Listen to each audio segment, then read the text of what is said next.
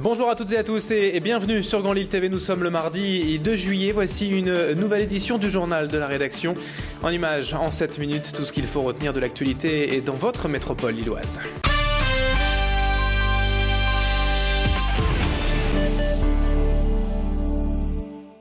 Et à la une de l'actualité aujourd'hui, mardi, on revient tout d'abord sur le 3e procès du meurtre de Clélia qui s'est ouvert hier matin à Saint-Omer. La jeune femme avait été retrouvée morte en février 2008 sur les bords de la Deûle à Lambersart après une fin de soirée passée entre autres en compagnie de son petit ami de l'époque. Julien Sailly est donc depuis le début le seul suspect dans cette affaire avec de nombreux faits contre lui mais pas de preuves formelles.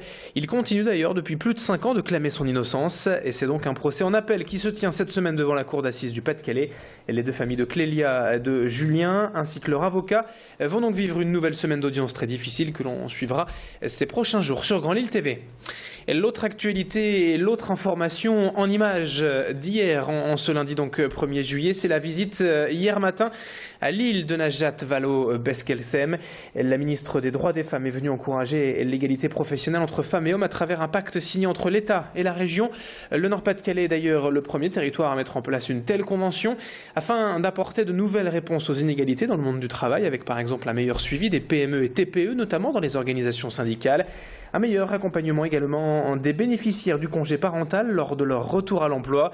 Macha Grunessen a suivi cette visite ministérielle hier matin à Lille. On écoute Najat Vallaud-Belkacem sur Grand Lille TV. Les indicateurs que nous avons dans la région sont plutôt qu'on est dans un territoire particulièrement frappé par les inégalités de fait. Qu'il s'agisse des inégalités professionnelles, on voyait les chiffres tout à l'heure qui sont quand même assez importantes comparativement à d'autres territoires, mais aussi des violences, par exemple faites aux femmes. Les chiffres sont assez importants aussi. Raison de plus pour travailler dans ces régions-là. Dans le reste de l'actualité, mais en bref, dans cette édition retour en détail sur les traditionnelles hausses du 1er juillet. Comme chaque année, pas mal de tarifs réglementés ont augmenté hier, et notamment le prix du gaz, du tabac, mais aussi de la TVA sur certains services à la personne. Côté bonne nouvelle, on note tout de même la hausse de l'allocation chômage et de la couverture maladie universelle. Enfin, sachez également que depuis hier, l'éclairage nocturne a été modifié. Et toutes les illuminations de bâtiments non résidentiels, de l'éclairage des vitrines de magasins, doivent désormais fermer et s'éteindre au plus tard à 1h du matin. Allez, dans le reste de cette édition à présent, c'est parti pour 2 mois de travaux à la gare Lille-Flandre. Un important chantier de rénovation est démarré il y a déjà 2 ans, en touche à sa fin cet été. La phase 3 a démarré hier matin et jusqu'au 25 août, les voies numéro 10 à 16 seront concernées et fermées à la circulation. Ce que la SNCF appelle la gare annexe va donc être entièrement rénovée. Et pendant les travaux, le trafic régional sera ralenti de 30%, mais les TGV, eux, tout de même circuleront normalement. Le but de ce chantier, en résumé, est de créer une voie supplémentaire et d'améliorer les espaces de circulation et d'attente pour les voyageurs pour plus de confort. Coût total des travaux, près de 55 millions d'euros, supportés aux 3/4 par le conseil régional. Présentation du chantier avec Jean-Yves Darrault, responsable communication de Réseau Ferré de France, hier matin sur les rails de la gare Lille-Flandre, au micro d'Alexandra Gossin.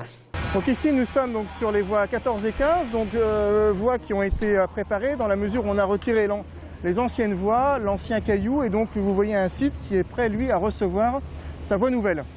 Donc voie nouvelle qui est amenée par engin mécanisé classique de travaux publics. Donc ce sont des panneaux de voie qu'on va être amené à poser pour reconstituer la voie.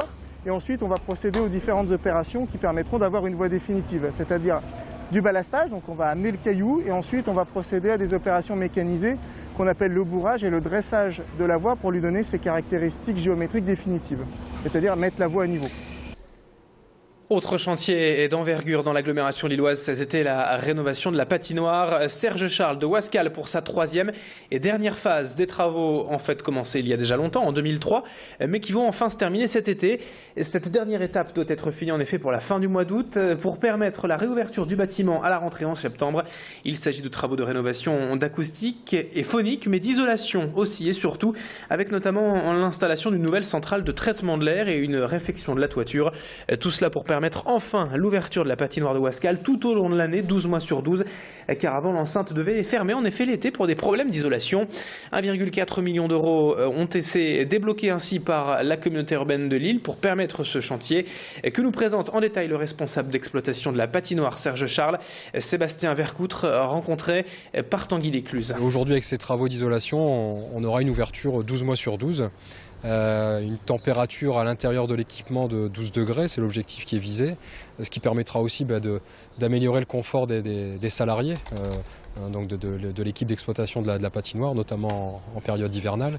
Mais du coup, cette ouverture estivale permettra d'avoir une pratique un peu particulière, parce qu'on n'a pas forcément l'habitude d'aller à la patinoire l'été, permettra d'accueillir les centres aérés, les centres de loisirs notamment, de développer des stages pour les clubs, club de patinage et club de hockey, c'est un peu cet intérêt-là. Et puis enfin, dans cette édition, pour terminer, retour en images sur l'événement Star 80. C'était vendredi soir au Grand Stade, le premier spectacle hors sport de la nouvelle enceinte lilloise.